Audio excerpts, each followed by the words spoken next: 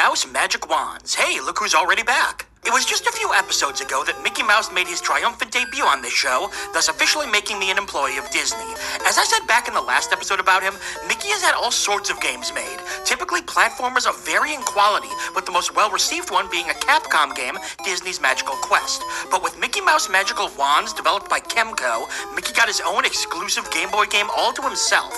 But in researching this game, I discovered that it was released in 1993 in Japan, but not in the United States or Europe until 1998. A gap that large implies something is up with this game, and there is. This game is a part of the Crazy Castle series.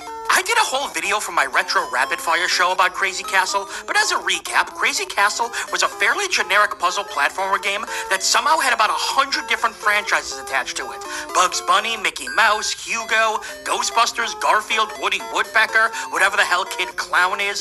For some reason, Kemco was able to get the rights to a bunch of major IPs and decided to slap them all over the most utterly standard gameplay.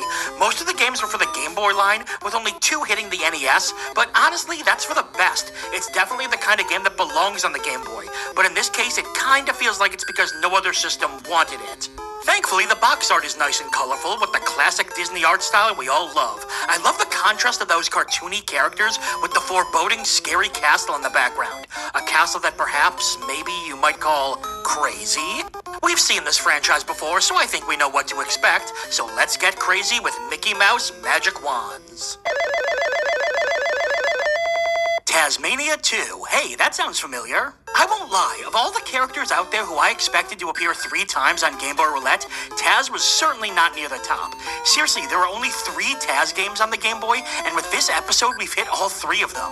As a refresher, Taz is a Tasmanian devil who feuded with Bugs Bunny, then got his own show with an unbelievably catchy theme song and like 500 characters. And there were video games made of him and the show, you know the drill. And while you would expect Taz's games to be entirely focused on action, one of the Game Boy releases was a side-scroller, while the other was oddly enough a top-down exploration game, which really is not the genre you expect to see from Taz.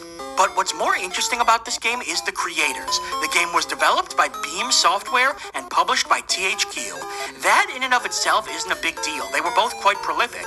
But in the context of the rest of Taz's games, it's kind of crazy how many companies got their hands on the ferocious little fuzzball. Atari, Blitz Games, Sega, Sunsoft, Infogrames, THQ, Visual Concepts. In fact, all the Looney Tunes have just been passed around from developer to developer, publisher to publisher over the years. It's kind of just how things worked back then for licensed titles. They were all up for grabs, so very few remained with one company for very long before another company wanted to take a crack at them. Well, unless you were part of the Disney Capcom group, but those were so good they were kinda in their own tier. But back to the game, the box art, well, we've looked at before. Last time I made a mistake and I looked at this box art instead of the original Tasmania's, so we've already covered this one. That said, it still looks wonderful.